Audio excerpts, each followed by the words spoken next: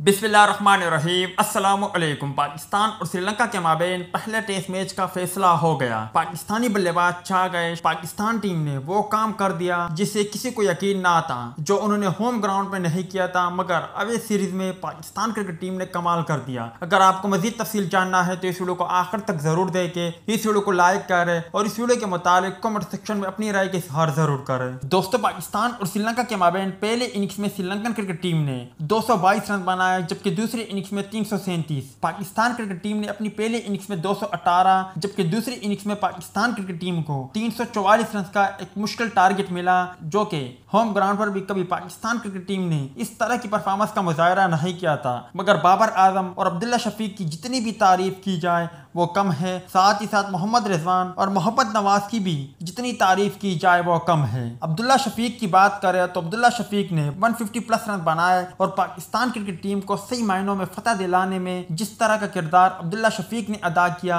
वो किसी ने अदा नहीं किया। दीगर बल्लेबाजों में बाबर आजम 55 रन बनाकर आउट हुए, मोहम्मद रिजवान 40 रन बनाकर आउट हुए, ताहम आखिरी लम्हात में अब्दुल्ला शफीक का भरपूर साथ दिया मोहम्मद नवाज ने, और मोहम्मद नवाज की भी जितनी तारीफ की जाए वो कम है। आप भाई पाकिस्तान की इंतहाई शानदार फतह पर क्या कहेंगे? कमेंट सेक्शन में लाजमी तौर पर बताएं।